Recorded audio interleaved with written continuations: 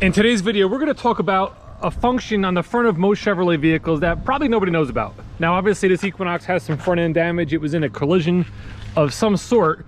And as you can see, there are parts here that are exposed. And if you look at it, this side, they're all busted up. This side, they're still intact. And they look very similar to what you would see on your window, basically a set of blinds. So this is what they look like when they're closed. They would open to a position like this. This is what it looks like when they get completely busted out. In today's video, we're going to talk about these, and we're also going to see if we can get them to function while we're driving a Silverado so we can see them in action. But first, since it's been a minute or so since I put a video together, let me give you the lay of the land and kind of what's been going on at the dealership, plus a little bit of an inventory update. Right now, we do have this here. It's the Bolt Premier. I took a deposit on this Bolt and wrote the deal on September 10th of 2022. I believe we got the allocation for this towards the end of January. And here we are in, what's today? Today's Wednesday, the 22nd of March. So about 2 months after we got the allocation, the car's here, it's on the ground. This is a Premier EUV being picked up tomorrow. And I also have this, which I sold the other day. It was in our Little Falls store. This is an Equinox RS that will be picked up hopefully tomorrow as well, if not tomorrow, Friday. Let's touch on inventory. Currently, new cars, we have 44 vehicles in stock at our location, which is, you know, sort of the new norm. Anything between like 45 and 55 is what we've been carrying, you know, with the normal flow of what we sell and what comes in from the factory. So like that constant cycle, we generally have about 45 to 50 in stock. Highlight 2023 Chevrolet Blazer Redline. First time I'm seeing the 2023 and noticing that what they did was they actually painted the top portion of the grille red to add to the normal accents you see on the Redline, which were the black wheels with the red accents, the badging that's black with red accents, and that's on the sides and on the back and all. And what I think is sort of like the unnecessary little piece of red tape here on the mirror. That's the one part, like, I don't know, it looks like an afterthought to me. Other than that, the vehicle's awesome. Really a nice truck. This one we swapped in from another location. Excuse me, not another location, another dealership altogether. They needed something from us. They had this, so we did a dealer swap. Probably one of the first dealership swaps we've done in 2 years. I mean, a long, long time. Right now we have a very nice selection of Traverses, mostly 1LTs and 3LTs. 3LTs with the premium package, which gives you the 20-inch wheels, the in-dash nav, the Bose stereo system, the 360 cameras, you know, that sort of stuff. We did have one 2LT, which was parked right here. That's also known as an RS model. I sold that on Monday and Spot delivered it, so it is now gone. And that was the only RS we had. Premier and High Country, still tough to get. We see very, very few of them. At the moment, we also have a nice selection of Trailblazers. What do we have? About 5. This is 6 here. I think we have one in the shop, so about 7. We have a nice selection of Equinoxes. Again, very similar to the Traverse, mostly 1LT models. Very, very few Premiers. I think I have one Premier at the moment. No, actually it was a white Premier. I sold that last week. So right now we're strictly LT model, and I think I have one RS model. And then Silverados, 2.7 liters. Oh, we got a Trail Boss in. So a white 2023. 23, wait a minute. This is actually, yeah, 2023. For a minute I thought it was 22. 23 Trail Boss in white, looks great. This one does have the 5.3. It has the protection package with the spray and bed liner, the 20-inch wheels, the bucket seat setup on the inside, that new Chevrolet Silverado interior, which everybody's loving. That is currently here, available and for sale. Two things I can tell you are not available for sale are this Z71 Tahoe and this RST Suburban. These both came in from factory. They are both sold. They were sold before they got here. That's the typical story with Tahoe and Suburban. Still very, very long wait times. We do have an available 2023 2500 HD. This has the 6.6 liter gas engine. It is a custom trim model. Nice truck, hard to get you know, around here. So if somebody's in the market, reach out. As far as the used car lot, you know, typical type stuff, bunch of little smaller style SUVs. We have Equinox, we have Traverse, we have one Suburban, a couple of Silverados, including this Trail Boss. But the highlight of the used car lot right now, 2021 Camaro 3LT RS. This is the Riverside Blue Metallic, which is a great looking color. It's got a nice set of black wheels, has the red calipers. However, only the front calipers are red. When you go to the back, they are the standard silver. I always felt that if you're gonna make the fronts red, you should make the backs red as well, but whatever. This has the gray interior, nice car, 15,000 miles, automatic. It is a 3LT, so it is a V6. That's the 3.6 liter engine, which is, you know, it's a great engine. It's a Camaro that if you're looking to get into something the body style and you don't necessarily care about having the power of today, with this V6, you sort of have the power of yesterday. The power on this very closely adds up and stacks up to the previous generation Camaros that were back in the early 2000s. Okay, enough about that. Let's get to the active shutter system that's in most Chevrolet vehicles today. Going back to our Equinox that had its front end damage here, this is the best car to look at because it exposes these active shutters the best. These are, again, like blinds like you'd see in a window. They're made out of plastic, pretty heavy duty, you know, very tough to bend. It's pretty firm. And as you can see, they attach to a panel that's directly in front of the radiator. Now, the radiator is what you would normally need for cooling of the engine, right? And I mentioned earlier, these are active shutters. So what happens is these shutters can open and close depending on the amount of cooling the vehicle needs. Now, from what I understand, I'm not 100% on this, but I remember a technician saying around 30 miles an hour, they will close. Now, when they close, you're not gonna get the amount of cooling you need. However, at higher speeds, you don't need as much cooling as if they were open like you would need if you were like a traffic or a stop and go situation. Now, the idea is when they're closed, what does that do? It gives you better aerodynamics because rather than the air going through, it allows the air to pass around. And I'm pretty sure that's the concept there. I want to go take a look at a couple new cars to see, you know, the Trailblazer, the Equinox, and the Silverado, what they look like in each one. I've been on a lot here for a few minutes, kind of looking at all these cars. So for instance, if we look at a Traverse and we kind of peer through the grille here, you'll see you do have those active shutters in front of the radiator and they are in the open position. Same thing on this Equinox here, they're in the open position, which would make sense. I guess when you start the vehicle, you'd want them to be open so more air can flow through, although you're not moving, so I don't know if it really matter. The one thing that did stand out is this RS Equinox, they're actually closed as the vehicle is sitting here. So what we're gonna do is we're gonna remote start, if I can find the right key. I brought the wrong key. Now that we have the right key, I'm gonna put the camera right up here against the grille so you can see those active shutters, and I'm gonna hit the remote start.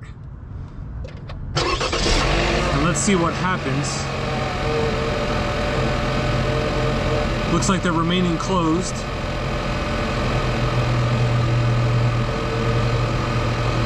Interesting. All right, so they were closed. When I remote started it, they stayed closed. Let's check this Equinox. This one, they're open. If I remote start, let's see what happens.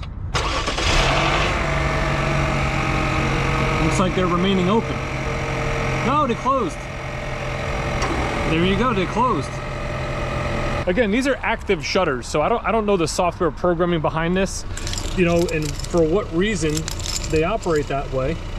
But for argument's sake, let's try a Trailblazer. This red one, I happen to notice they were closed. It's got a nice Camaro-inspired grille here with some big openings, so we can film very easily. Hit the remote start. And see what happens. These almost look like they have a little gap in between. Oh no, they don't. It's just the way the light looks. It almost looks like in between each one is a little space where air can get through, but there's not. All right, so when the engine first starts, if they're closed, they remain closed, and if they're open, they close. Let's see if the Equinox here, now that it's been running for a minute or two, did they open up? They did not. Okay, so there's some science for you to ponder and think about. Next test, we're gonna go to the Silverado. I'm gonna see if I can get a camera behind the grille of the Silverado so we can actually film it and go for a ride and see what happens at different speeds. Just gonna put this plate on first, and then we're gonna remote start this truck as well, and then see what the shutters do. I think they're in the open position right now. So we'll see how it is compared to the Equinox and the Trailblazer. While I was getting the keys for this truck, I was thinking that maybe the active shutters close when the vehicle first starts so it can get to an operating temperature quicker. Because even if you're not moving, you're still allowing air to kind of flow through. Maybe that blocks it off. Once it warms up to operating temperature and you're driving, they could open as needed. Just a thought. As we look in the grille here, you'll see they are in the open position. Double click our button to remote start. And let's see in a few seconds if they close like they did in the Equinox.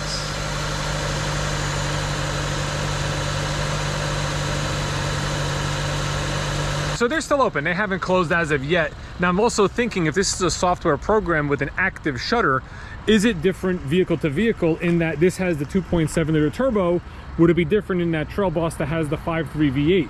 You know, you wonder, does the actual engine type, the powertrain of the vehicle, does that affect the software program on how these shutters actually operate? All great questions for maybe a GM engineer versus a GM salesperson.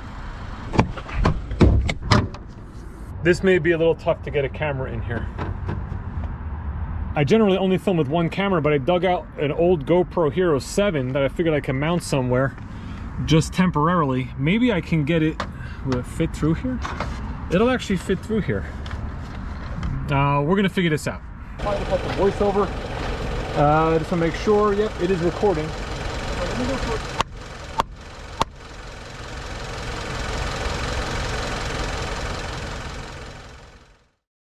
Well, that sort of worked. The camera behind the grill filmed the active shutter system perfectly.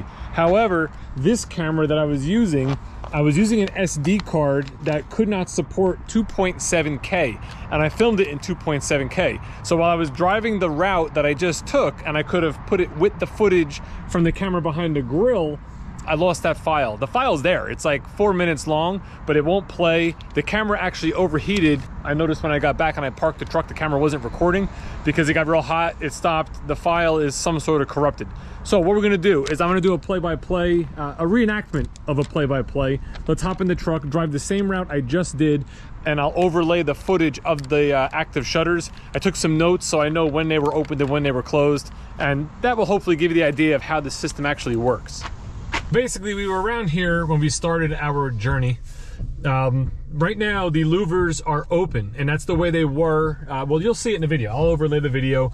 The louvers were open, and what I noticed that as I drove through the parking lot, they didn't close until I got to our exit. Once I got to the exit and I was staying there waiting for traffic, because there's a lot of cars coming down Route 10, so I wasn't able to pull right out, they did actually close for a split second. I'm gonna try to line it up for where I am right now in the edit, but right around here somewhere, when I was stopped and waiting, those louvers closed just like this. They should be closed now, I don't know. Once I pull out, and pretty much as soon as I pull out, they reopened, and I was going by basically engine sound on how to know where I was. So right now, as we're accelerating and picking up speed, they did in fact open, and then they remained open down this entire road, because you'll hear me kind of slow down here. When I watched the other video, I kind of slowed down here, and as I sped up, they were in the open position, and they remained in the open position all the way down this road to the end. During that drive earlier, I was basically pointing out the lower storage lot that we used to have. This was a building that they're knocking down. That's the entrance we used to pull in, and this section here is where we used to park all of our extra vehicles. Now, we didn't need this lot for quite some time, and we don't need it now because we don't have enough inventory. But what they're building there, from what I understand, is residential. It's gonna be residential apartment buildings of some sort. We got to the end of the road here, we made the right-hand turn. They were open the entire time, and then once we got on this road here, I had said, let me accelerate to about, 35, 40 miles an hour, because it's a quiet road, there's nobody really around, and see if they close, and they did in fact close. And they remained closed pretty much for the entire trip down to the end of this road, where I had to slow down to make a right-hand turn. So we're gonna do that. Somewhere right in here, as I'm slowing down, they should be opening. And that's why I wonder if it's related to speed. Like, is it below, like that technician said, 30 miles an hour, that they'll be open, and above that they'd be closed. Throughout this whole parking lot here, as I was driving through, same thing, they remained open. It wasn't until I took the last straightaway here back to the dealership when they ended up closing again, and we're gonna do that right now. We're just gonna accelerate out. What I did was I took this to about 40 miles an hour, and in doing that, they did shut down, somewhere along the way. So right now they should be closed. And then once I started slowing down to pull into the lot, they reopened. Again, making me really confident that it is speed, in a sense, that is the primary driver of this software program on how this works. Once I slowed down, I pulled into a parking spot right here, just like this, to check and make sure everything functioned as well. And when I turned the camera around like I just did, I realized the light was off and it wasn't recording. Hence, I did a little bit of legwork and realized that the file got corrupted, the camera overheated, and I didn't get any of the footage that we just simulated in the last couple minutes. So ladies and gents, that is the active shutter system. As I'm thinking about this more and more, it seems like it's not just speed that will trigger these shutters to open or close, because the one did it when we remote started the vehicle. It also did it while we were waiting to exit onto the highway. So there is definitely some sort of algorithm or some sort of software program that will use a variety of data to determine what needs to happen, whether those shutters need to be open to cool the engine or whether they need to be closed for better aerodynamics and better fuel economy. If you enjoyed this video, please give it a thumbs up. If you're not subscribed to the channel, I am Dave B. I work for Schumacher Chevrolet of Livingston in Livingston, New Jersey. I am an 18-year career car salesman that enjoys making YouTube videos on the side.